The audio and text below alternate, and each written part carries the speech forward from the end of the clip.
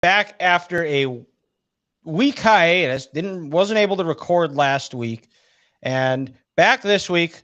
A little bit of some unfortunate terms as to um as we come to this episode, as the Wolves season, they get embarrassed by the Thunder. We're going to talk about that in a little bit.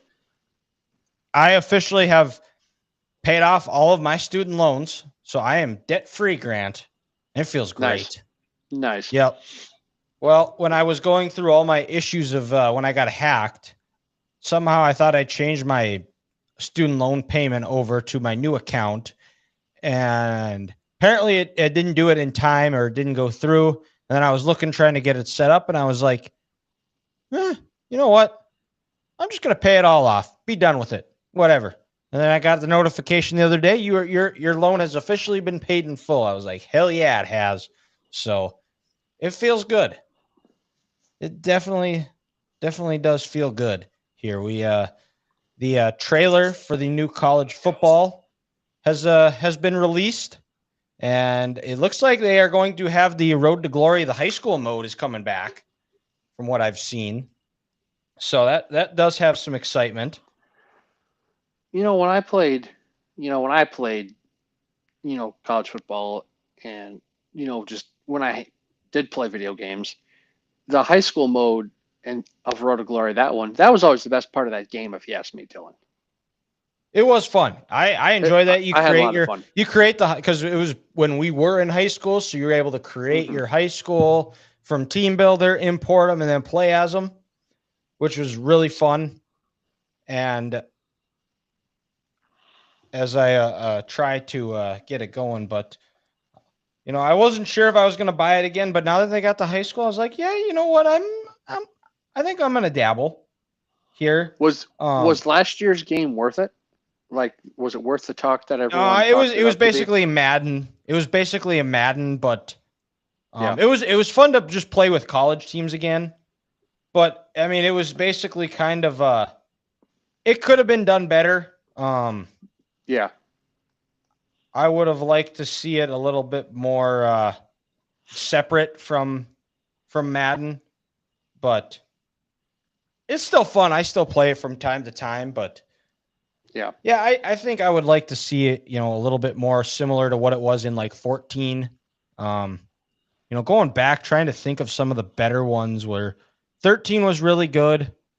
14 was good because it was the last one, but like now, like all the recruiting and stuff, I'm not a huge fan of, because it used to be like where you just set, you get a certain amount of points and you go, but now it's a lot more of like you get notifications about guys threatening to leave for the transfer portal, all that type of stuff, and you got to be more active in it. And I don't know, not something that like, usually like if they do like a second recruiting period, maybe that would be something to be more with the portal or try and hit.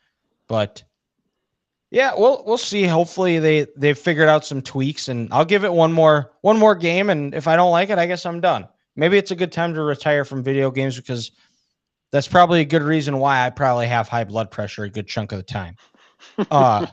But also, a lot of Minnesotans have had high blood pressure watching them get embarrassed in the Western Conference Finals. Thunder win 4-1. And I don't even think this Grant is as much about the Wolves as it is that the Thunder were just the much better team. They were the better team in the regular season. I mean, they won 68 games. They had the MVP. SGA played like it. And, a big talking about this was the fouls. He's a free throw merchant. Well, one superstar on one team was aggressive and attacked the rim. The other one was kind of passive and didn't play up to superstar level. And when you watched this Thunder team, when you watched SCGA play, the Wolves defense, where was it? I mean, you look at it, like there was nobody that was getting up there trying to challenge him. There was nobody that made it difficult. And yes, it drove me nuts when SGA would reach his arm up and get fouled. Well, you know what? Let's take it back to the 80s and the 90s. How about if he does that, pull him. See what he does. I guarantee you he's not going to do it very often. Knock him to the floor. Hit him in the rib cage. Knock him to the floor. Exactly. I'm You not know, I'm saying not. to injure the guy, but send a message. Send a Yeah, message. Like you're have not. it We're not doing this. have it be a good playoff foul.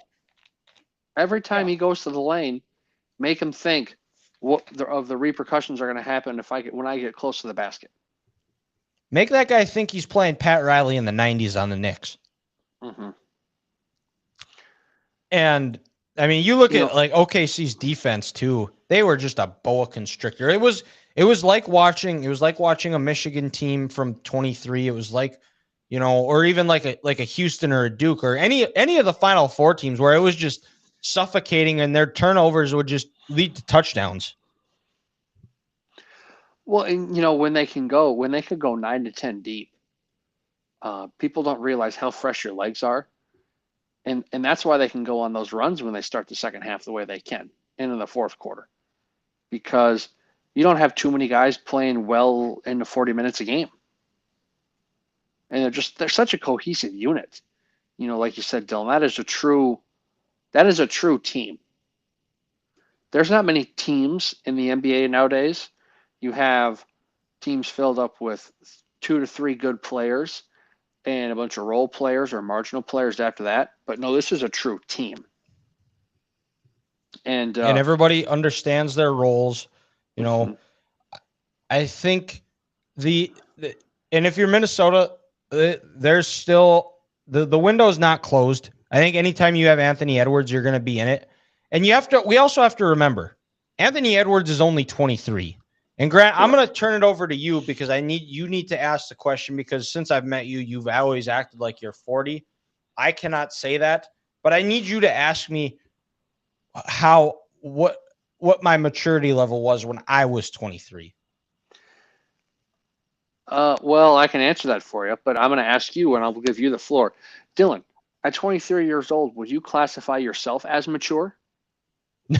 No, no, God, no. No. I'm 30 now, and I don't know how much I would consider myself mature, but I've done a lot of growing up, and when I was 23, I did a lot of stupid things that we're not going to discuss here on this show, but still, I did a lot of stupid things that, looking back, it's like I can't believe I did that, or why would I think that would be a good idea? Mm-hmm. And you can tell Anthony Edwards, there's definitely a lack of maturity. I think there's a lot of growing up to do. I liked what he said in the post-game press conference about no one's going to work harder. He's going to learn. I think there's still a lot that he can improve on. I think the big thing with him is being able to move without the ball, because if he doesn't have the ball in his hand, he just kind of plots himself down in a corner and doesn't try to move or cut towards the basket. And at times, too, if he's not scoring, you can see it kind of impact his defense. Yeah, just look at the growth he had from the end of last season to this year. If you would have told us last May, when they got eliminated by Dallas, that fast forward a year, he would be the number one 3-point shooter in the NBA this year, I would have said you were crazy. But he went in the gym, he worked on his craft, and he got better, and he led the league in 3 points made this season. Um, so why can't he have another offseason of growth just like that going into this next year? And he doesn't have to spend a month in Paris like he did last year. He can stay in the States all summer, maybe take his vacation, do his time, chill, but also just be in the gym and work on his craft and, get better. And to your point, SGA is 27 years old, 26 years old. He's had 3 more seasons in the NBA than Anthony Edwards. And it takes a while to become a legit superstar in this league. It takes you 4 to 5 years to mature and be an adult. Well, I mean, you And look at SGA at 23. He wasn't make an all-star team. you know, they finally made it in the playoffs just this last year or 2 years ago. You know, now we're in 2025 and 2024. So it takes a while, and you have a lot of growth and maturing that you need to do, and hopefully he realizes that, and hopefully the Timberwolves can make the roster adjustments they need to build a quality team around him for the future. where they can continue to hopefully get back to conference finals. And there's a lot of decisions that got to be made. And I think like you looking back on this series too, like Mike Conley, he said like, there were too many, the issues that the Wolves had were the turnovers, the fundamentals. They were too sloppy. And I think Conley said it after the press conferences is they made the negotiable or the non-negotiables negotiable, and it got to him against a much better team. You have to shore that up, especially in the Western Conference Finals. Is that something they're going to be able to learn from? We'll see. I think, if they're able to bring a good chunk of this team back, they got decisions with Naz Reid, Grant, I don't know if you knew this on the if the broadcast mentioned it, but did you know that and SGA are cousins? I did not hear Mike Breen, Doris Burke, or Richard Jefferson say that once. Oh, which also like, can we please get Doris Burke off TV?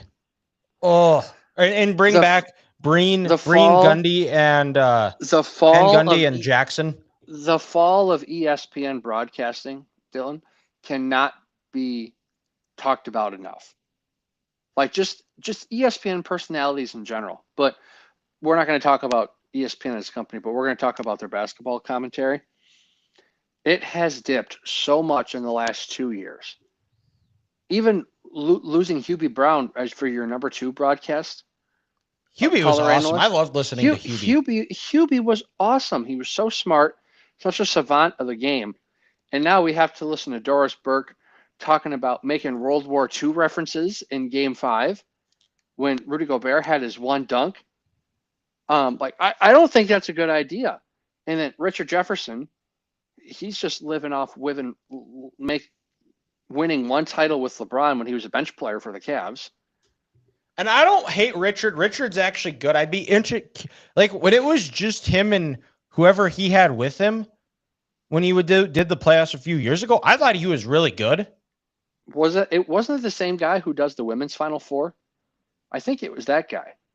It could have been, yeah.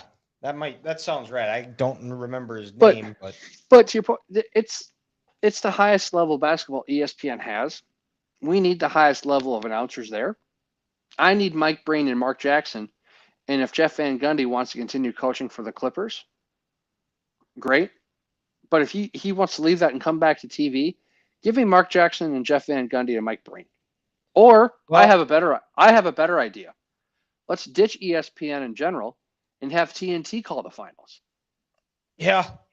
And I don't know next year with the situation or the way it is, because I know it's going back to NBC, so I don't know if they're going to be on the NBA finals or if ESPN's still going to have that. But I am excited to have Michael Jordan back. Have him come back and do it. I bet you I would be curious to see if a guy like Ahmad Rashad would also come back, because I mean, you go back and you watch some of those games from the 90s. I mean, that broadcast was top notch. You had Doug Collins, Bob Costas, Ahmad Rashad as the sideline report. I mean, you're not getting much better than that. Did you also have Marv Albert on some games? I know Marv's retired. Did I hear Tirico's coming back, doing some basketball games for NBC? He probably is, because he's for NBC now. So and I can see that happening. Anything Tirico does is great. Yes. I mean, you might not have a better just straight up announcer in today's sports world than Mike Tirico. Well, I mean, there's me, but you can't forget about me. But no, I'm just kidding. I'm nowhere near in the ballpark or galaxy as Mike Tirico, but you're probably just as good as Doris Burke. Doesn't take much. Doesn't take much. We're not gonna go any more deeper into that one, because we could possibly get in trouble there if we. But I do gotta say this though, after the Wolves kind of gave everything they had in Game 4, you just felt this annihilation and butt whooping was on the way. because I had a buddy at work. He asked me the other day. He said, "Hey, so they're going to get blown out on Tuesday night, right, or Wednesday night?" We were like, "Oh yeah." Like I said, it looked like they gave everything they had on Game 4, and they couldn't close it out. And going back to Oklahoma City, I was just like, for some reason, like last year, Game 5 against Dallas, it gives off the vibe that they're just going to lay down and die. They didn't get swept. They got this far. You see the tweet or the Facebook post somewhere on Instagram, so somewhere on social media today. On February 17th, they were 32-29. They went on a 17-4 streak to end of the year. You trade Cat 2 days before training camp starts. All this, yada, yada, yada, yada. You just, for some reason, Wednesday night just felt like the season's over. They put everything they had into it in Game 4, and Wednesday night was going to be ugly, and it was ugly. Yeah. And I go back to, if the Wolves are able to bring a good chunk back, I think you're going to see a bigger role for Terrence Shannon next year. I think also the other guy that played for him, rookie young guy that played quite a bit in the first couple of games. And I can't think of the guy's name anymore, but I think you're going to see bigger roles from both those guys. I think they were good, had some solid moments in the playoffs. And I go back to when the LeBron, D Wade, and Chris Bosh joined up, and they talked about how that first year it was more so they didn't look at that year as a failure because they were actually able to develop chemistry and kind of build something. If they're able to bring Randall, Reed, DiVincenzo, all those guys back, there's not gonna be that buffer period or that time as Finch said that it's going to take a while for this cake to bake. You had that, you developed it last year. Let's go build on that and let's go take that next step. Yeah. And another thing you can tell, another player or players are going to have to add is a starting point guard and maybe a backup point guard. I think the backup point guard is the bigger one because after Conley, and Conley even in this series wasn't the effective player that he was in the first two rounds. Yeah. Also, Conley's played a lot of basketball in his life. After a long, grueling 82-game season, you just got to wonder if his legs were tired because a lot of his shots hit the front of the rim. Yeah. That's a good point, too. He's 38, 37 years old. He played over 120 playoff games in his career. He's been in the league 17 years, which is wild to think about. Mm-hmm. And he hardly misses games. No. He's Memphis' all-time leading scorer. Yes. Yeah, I saw that. I remember watching him when he played at Ohio State. That's how. Like when somebody said that he's been in the league for 17 years, that blew my mind. I was like, "There's no way," and I was like, "Shit, I am old." Well, yeah, because him and Greg Oden were on that team that went to the Final Four championship game. Yeah, but it makes sense because and lost to the Florida Gators. That is correct.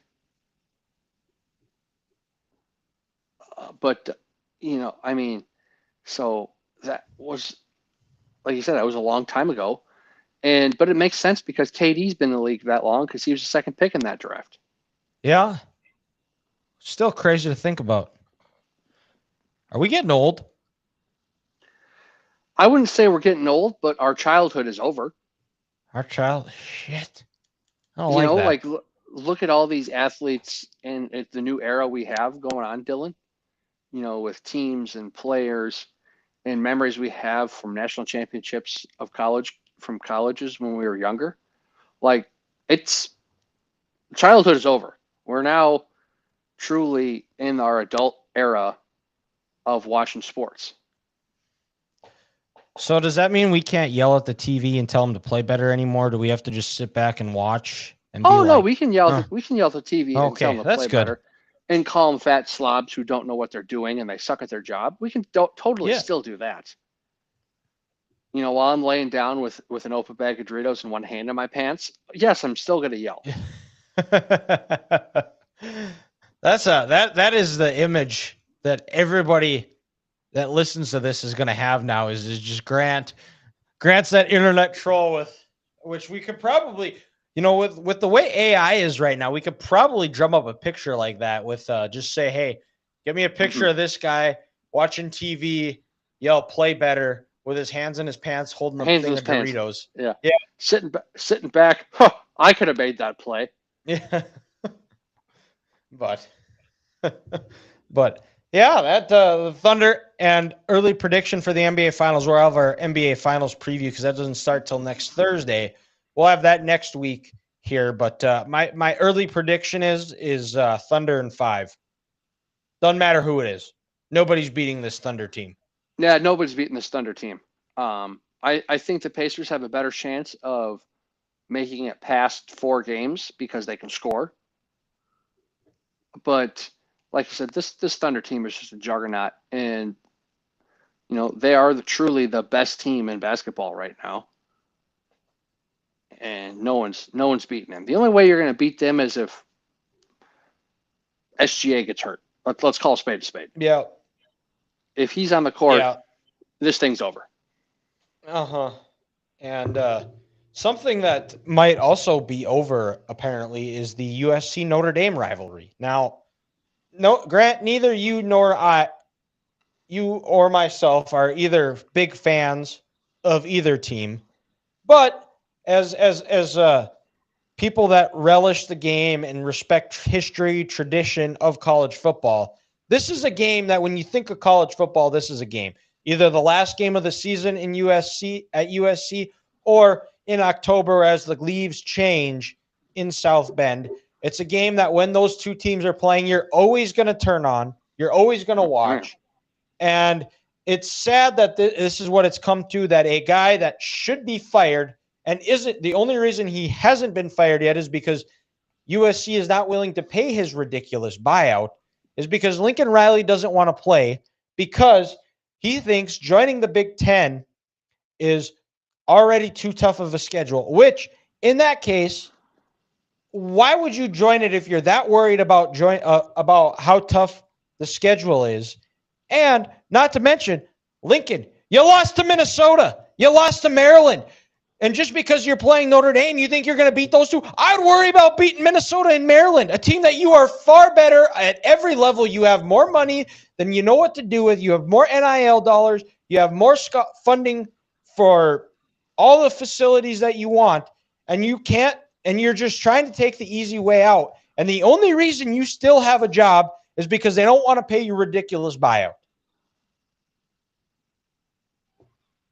Oh, I couldn't have said that any better myself, Dylan.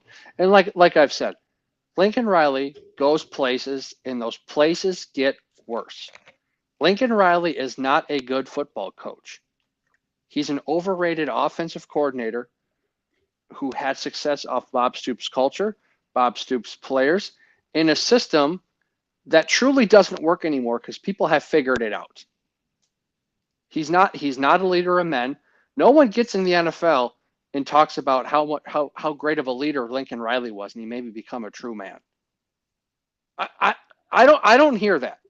Not to be an asshole, but I haven't heard Jalen Hurts, Kyler Murray, Baker, not even Baker, talk about how good of a person Lincoln Riley is. He's truly kind of just a slumlord who's skirting by with his stupid visor on. Any man who wears a visor not named John Gruden, you should not trust. I would throw Lane Kiffin in there. I can trust Lane Kiffin. I don't hate Lane Kiffin. Lane Kiffin because I don't have high expectations for Lane Kiffin. I expect Lane Kiffin to win 9 games a year and have a really good quarterback. And outside of that, I don't have much. And the reason I can't take Ole Miss serious and every year is because they play nobody in the non-conference. So they always start out the year 4-0. And then they lose to 3 of the 4 best teams they play in the SEC each year. But since they play in the SEC and it just means more, they should be in the playoff, and they should be in the 13th and 14th play-in game that the Big Ten and the SEC want that is ruining college sports. Sorry, we're talking about USC here and how they're a bunch of soft clowns. But yeah, Lincoln Riley not wanting to play Notre Dame is what's ruining college sports. Because Dylan, to your point, when that game is being played in South Bend, there's a good chance at 6:30 on that Saturday night, I'm going to turn on to NBC. And I'm going to want to watch that game. And I'm going to want to watch them talk about the Bush Push and the rivalry they have in the past and all the Heisman Trophy winners that both of these schools have produced. And the juice that is in the stadium when it's in South Bend. I don't get that feeling at USC games because they can barely fill up the Coliseum and their fans have better things to do and they don't care anymore. But this is what's ruining college football. And the history about like how this game started. I mean, they used to travel, like USC's other argument is, oh, we don't want to travel 6,000 miles. We're already traveling 6,000 miles. When this game first started, they used to travel 4 days in a train and played this game. And like the reason this was started was because the USC head coach, his wife enjoyed watching the leaves turn colors, and then whoever the Notre Dame head coach was wanted to play this game is because she had family in Los Angeles, so she could visit them in Thanksgiving every year. And that's how that's why they have the dates determined always as to why they are playing. I was curious on why they always do that because it never made any sense to me on why when the game's being played in South Bend, it's always in mid-October. In Los Angeles, it's the week of Thanksgiving. But now that makes sense, and that's kind of cool. So thanks for sharing. Thank you for that. Thanks because that's actually kind of a cool nugget. They're Dylan. But also, Lincoln Riley and USC, you didn't want to travel 6,000 miles a year and join the Big Ten. I'm pretty sure you could have taken your USC dong, put it on the table, and told the Pac-12, guess what? Let's figure this TV deal out. USC has enough money and power across the world in Los Angeles where they could have told the Pac-12, let's figure this out and get a deal done with Fox. Did you just say your Pac-12 dong? I love it. I said, no, your USC dong. Your USC dong. But you know what? They're in California now, so they probably took it off so they could become. Never mind. I'm not going to go there. But you know what? USC has enough power and pull out in the world where they could have told the Pac-12 that this deal with Apple TV is ridiculous and it doesn't make any sense. And let's get a deal done with Fox. And you know what? You wouldn't have had to travel 6,000 miles a year. And you wouldn't have had to play in the Big Ten Conference. Yeah, well, Grant, it goes back to your almost comment you made. They are in California, and they are in California, and the said member was probably cut off because, well, we'll leave it at that. And we'll leave it at, Dylan, can I speak to conference schedules real quick? Yes. Of course they've came out for a long time ago, but now we're seeing, hey, this team's playing this team at this time. This game is at that time, yada, yada, yada, yada, yada. I'm looking at Ohio State's football schedule, and I'm sick. Dylan, I'm nauseous.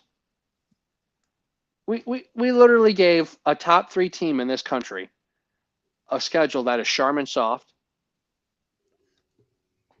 So I'm going to have to go on my Facebook, Instagram all year and look at these Ohio State pages that I don't follow. Talk about how they're the greatest team in the world and how Ryan Day doesn't use just for men.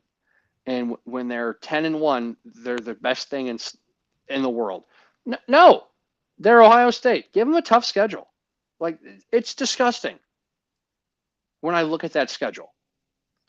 That the team that took fourth in the Big Ten and were 20-point favorites against their biggest rival in their home stadium and were only able to put up 10 points and lost. That is correct. That Ohio State? That's the team.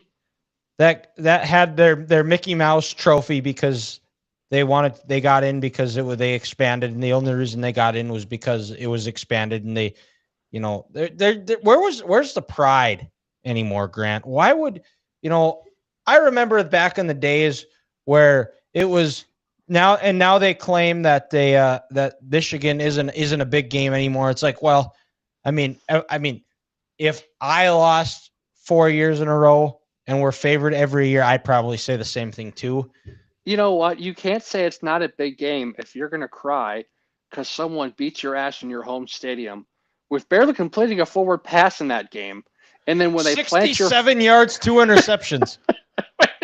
when they plant their flag at midfield, then you want to cry and start a fight and actually then want to act like a tough guy? No, it matters, and you got your ass handed to you. Well, the funniest part about that too, Grant, is that the before the game, as Michigan was going back to the tunnel, before they ran out, Jack Sawyer was sitting as they were leaving and just talking mad shit, running his mouth. And then when he had the opportunity to tackle Hassan Haskins or Khalil Mullings in the backfield, did he tackle him? No, he didn't. No, he did not. Khalil Mullings got him into position. He broke it. He said, Khalil said, "Get off me, son. You my little bitch." And then he has, "They aren't planting the flag on our field again, bro." And we're supposed to say that Ohio State is the victim in this. Well, you had 60 minutes to win the game. You were talking all cocky before, after the game, and I have receipts because, well, I'm not ashamed to admit it. That after I didn't expect Michigan to win. I turned on iHeartRadio and I listened to 97.1 in Columbus and listened to every single Ohio State fan talk about how Ryan Day is not meant to be a head coach. He needs to be fired immediately and needs to not be allowed to ever step foot in Columbus again. And they don't care what happens after the playoffs because we lost to Michigan. And you know what? Mike Vrabel's going to want to leave the NFL and come back and coach a bunch of college kids at his alma mater. Yes, correct. God, when people said that, I was like, you've got to be kidding me. Why would Mike Vrabel want to leave the NFL to coach a bunch of college kids where you have to recruit your roster every single year? And apparently now Texas is paying their roster $30 million this year, which I don't understand how that's possible. Yeah, they have some good players on that team, but they don't, whatever. But I don't know how true that is. But it's just what I love most. And I'm gonna call it say this. I'm not gonna pretend like I'm this huge Michigan fan. And that I'm bleeding maize and blue, like you. But there's nothing better and nothing warms my heart more than seeing just the absolute meltdown of Ohio State fans on social media. It's absolutely fantastic. It might be the greatest thing in the world, dude. My favorite is how they've had like one bad year in the past like 70 years. And they sit there and complain like they have it. Oh, we have it so rough being Ohio State, or where they get on their high horse and talk about, well, we wouldn't do anything like that. It was like, oh my God, I had to, for like 19 years, I had to hear, 6,700, 900 trillion days since Michigan last beat Ohio State, and then they get on and talk about, well, you guys need to learn how to win. Blah, blah, blah. Like, you know who says that? Losers. You had 60 minutes to win, to do something about it. You were 20-point favorites. You had the two best players in college football, and you still couldn't beat us. Dylan, what's actually the most upsetting thing about this is your joy of victory the Saturday after Thanksgiving propelled them to play like the best team in America and win the national championship. And has Michigan gotten a thank you for it? No. The disrespect. I thought this was a rivalry of great respect and tradition, and they don't even give us a thank you. Because hear me out. I'll compare it NFL-wise, Dylan. 2 years ago, now 2 years ago, we're going to be Christmas Day, December 25th, 2023. The Raiders walk into Arrowhead. Look at this. A road team being underdogs. The Raiders weren't 20-point underdogs because it's the NFL. It was going to be favored by 20 unless you're playing the Carolina Panthers of 2 years ago. But I'm guessing Kansas City was 6.5, 7, 10-point favorites against the Raiders at home on Christmas Day. And they got their ass beat like a Cherokee war drum. And then something clicked that day where Kansas City was like, we got to turn this thing on and we're going to win the Super Bowl. And then they won it that year, wait for it, at Allegiant Stadium in Las Vegas. The same thing happened this year. So you know what? Sometimes you need to get your ass handed to you to win a championship. And this will be the first time I'm ever going to say this, Dylan. But I would just like to thank the Las Vegas Raiders, Max Crosby, and Antonio Pierce for that ass whooping on Christmas Day. You ruined my Christmas, December 2023. But you know what? 8 weeks later, they won the Super Bowl, and I'm a happy man. So thank you to the Las Vegas Raiders for that ass whooping. You know, I want to see. I'm going to have to ask Clint about this tomorrow and ask him if he would be willing to thank the Raiders, because that same day, Grant, as your Christmas was ruined, he got yelled at, and he is just like 5 or 6 years older than me, got yelled at by his wife and mom because he was so mad that the Chiefs were sucking that day. Mm-hmm. So I'm going to see if I can get him to say thank the Raiders for that ass whooping. Thank you to the Las Vegas Raiders. And also thanks for Jake Browning and the Bengals for playing a great first half the next week on New Year's Eve or New Year's Day. That's right. That's right. I forgot about that game. That's right. But supposed to be the game of the year. Burrow's supposed to be healthy. Those two teams, they don't like each other, but there we are.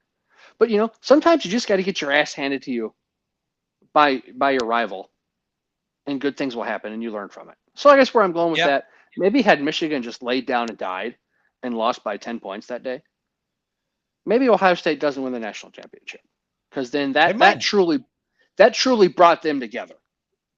It did. And they've talked about it too. Like it sounds like after that game they undressed Ryan Day about everything, and like it was. Players aren't stupid. You know, they have feelings too. They can't sit back and question their coach and say, "You dumb clown, what are you doing?" But when you have the talented roster that they had, and you $20 million, and when you lose to a team like Michigan who could not complete a forward pass, well, they did for 67 yards that day and 2 interceptions. Sometimes, from a cancer survivor. Oh, you know what? So it was Michigan's day. Maybe. You know, that $20 million from Ohio State should be now given to the Jimmy V Foundation. It should. In honor of Davis Warren. Yes. But, you know, sometimes you just need to, you know, sit back and realize, you know what, this is a safe space. And we can say whatever we want to say. And then just destroy Ryan Day. And then come out, get your act together, and destroy the 3 teams you play next. Or 4 teams, excuse me. Yeah. Well, they did, and tip of the cap to them. But we'll keep things moving here. I got one more thing before we get to curveball of the week. It was last week. Some sad news out of the NFL. Colts owner Jim Irsay passed away. Unfortunately, passed away in his sleep. I don't know. Have we seen what was? I know he's had some health issues in the past, but I don't think. Have we gotten like a full true cause of death yet as to what happened? You know, Dylan, I haven't heard, but I also did hear that he, you know, missed the owners' meetings. I don't know if he was at the combine. There was some other stuff going on recently that most NFL owners go to. I heard or read from a friend that he did not attend. So I wonder if he's been sick for a while. In the Colts, you know, just didn't say anything publicly. And he wanted to maybe keep it a private matter. So, you know, I'm not quite sure. Yeah, and I know he had some issues with addiction, and he did his best to overcome them. Also known for his incredible guitar collection. I think I read somewhere that they were offered like $2 billion for it, and he said no because he thought like those keepsakes were more important than what the money was. You know, he kind of looks. I don't think you. He kind of looks like a rocker. Yeah, I think he had a band or something, and you never heard players say a bad word about him, um, and just seemed like a real player's owner from what you hear. But I think his biggest contribution to the NFL was having the Stones to stand up and say that we need to get Daniel Snyder out of the NFL. He was the first. He was really the only NFL owner that said like this guy is a cancer to the league. We need to force him to sell, and we need him to get rid of it or to move on and to have the Hmm. Redskins have a new owner. Well, and look at the success that the Skins have had now. Is it Josh Harris? Is that the new owner's Yes. name? Um, 76ers owner. you bring him in. You can hire Dan Quinn. Um, you hire a GM with I want to say ties to San Francisco. Um, then you draft Jaden Daniels, getting a new stadium in Washington D.C. You're going to host a Back Super in Bowl DC. in D.C. You're going to host a Super Bowl. You're going to have the NFL draft there. Um, and you know what, Dylan, you might not want to hear this. And sometimes when people say this about the Raiders or the Broncos, I don't want to hear it too. But it is true. The NFL is better when Washington is good. Yeah. And Well, and I mean, and if you and go back and look at like and, those and that videos of RFK, like it looked rocking there. hmm and frankly, anytime the NFC East is good, football is good. When you have Dallas and Washington and Philadelphia and New York, and it's the NFL, one of those teams is going to be bad. I'm not saying the worst team in that division is going to be 3-14 like the Giants might be this year, but on any given year, one team is going to be 7-10. Someone has to be in last place. Someone has to be 5-12. But if you can have three of those four teams playing at a high level, it's so good for the NFL. And if you can get Washington back as a true proud football fan base, like those people love their football, good things will happen. Yep. And moving it back into DC and not in Maryland, I think that's only going to help them too. Because even Mm-hmm. now, I mean, with the quarterback, the roster that they have, I mean, you haven't heard the juice coming out of Washington in a long, like probably before we were born. There hasn't been that much excitement around uh, the football team in Washington since like those early '90s, Joe Gibbs era when they had the I'd like Hogs. to I'd like to go back, Dylan, to see what people were like in DC in 2013. RG3 coming off Rookie of the Year. You had Yeah, Alfred Morris. good point. You had Alfred Morris, that playoff run where they were up 14 rip on the Seahawks. Had they had injuries and they had some things, just Dan Schneider in general, and then I think the Shanahan's wanting Cousin over RG3. But I wonder what that season, what that hype was going to be. RG3 coming back from the ACL injury, that would have been something interesting to see. Yeah, I do stand corrected because I remember I've heard Jeff Schwartz when he was playing for the Vikings and he was played against Washington and he still says that the loudest place he has ever played in was when RG3 broke that run against the Vikings. Was that a That fourth like down play, a third down play? yeah, it was like a fourth Yeah, and one and he broke it for like yeah. 75 yards. And Because weren't they? Weren't that was like the moment they were like we have our we franchise have? quarterback. Because the Skins were up by like 4 points or something at that point. At that point in the game, Yeah. right? Yeah, Yeah, and it was late. It was late in the fourth, yeah. but yeah, that wraps it up. We'll be back next week. But before we wrap up this show, Grant, what do you have for us for Curveball of the Week? So Dylan, you were kind of talking about earlier about top five before we started recording. Top five Ari Gold lines and moments. It got me thinking. What is the best character in TV history? Or like what is your favorite? Ooh. Well, I would have to say Ari Gold is probably on my Mount Rushmore. Oh my god. Uh, Tony Soprano. I mean, that is about as iconic as it's going to get. Charlie Harper from Two and a Half Men. I would probably say like those three are definitely. But I think my favorite as far as like drama goes, I'd probably say I'd have to say Tony Soprano. Okay. So should we just expand it? Should we do a Mount Rushmore? Like you said, you already gave me 3. Yeah, you know what? Why not? My Mount Rushmore is Ari Gold, Tony Soprano, Charlie Harper, and man, I'm trying to think now.